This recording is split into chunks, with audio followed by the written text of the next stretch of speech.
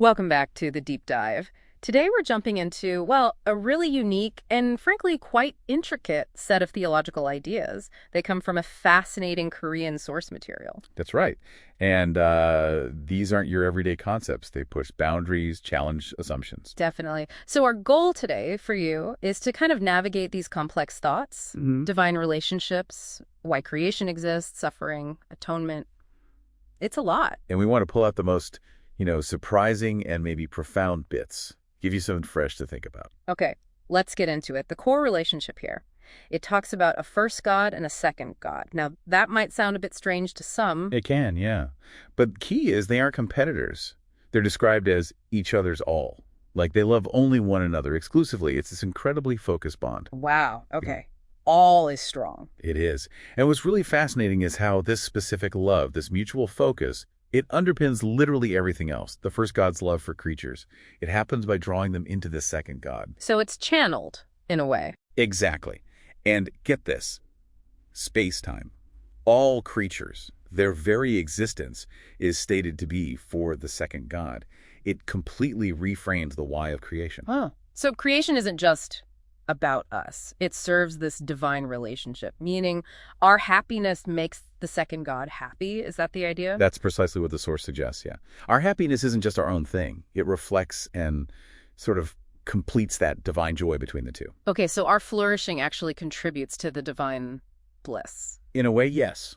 It makes creatures precious, deeply connected to that core relationship. It gives the universe a really profound purpose tied directly to that divine love. All right, that leads us straight into free will then. We have the choice, right? Accept this love, follow the commandments, or reject it. We do. And rejecting the commandments, in this view, isn't just breaking rules.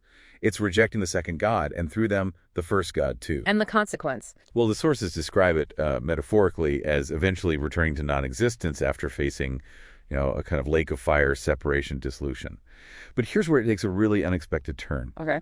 God, who the source says is inherently beyond suffering, in the infinite, chooses to suffer within space-time.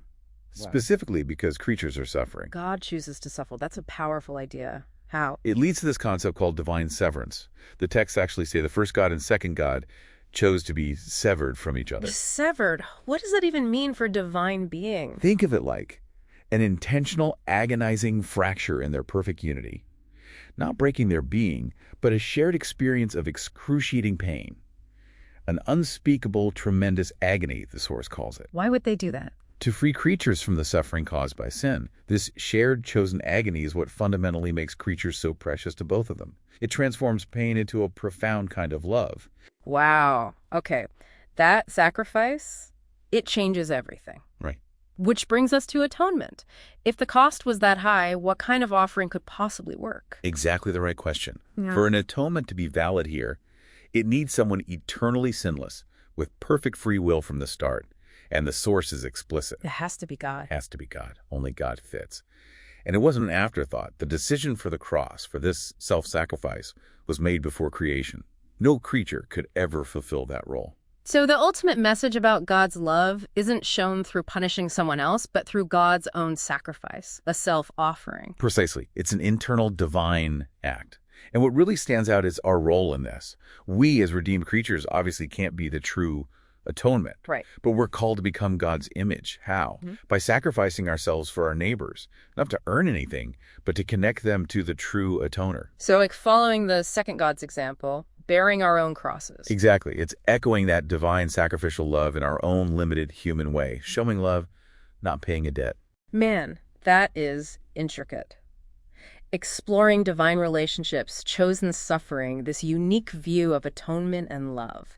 A really deep dive today. It absolutely is. And it just shows, how understanding these deep concepts can really shift your perspective. It makes you think, doesn't it? Yeah, definitely. So here's something for you to maybe mull over. If divine love itself required such a personal, ultimate sacrifice, choosing agony, choosing severance, all tied up with free will, what does that truly imply about the value, the maybe even sacred potential of our free will, even ours here in this grand scheme? Is our freedom just a reflection of something much bigger, a divine choice echoing through everything? Something to think about. Absolutely. That gives us a lot to consider.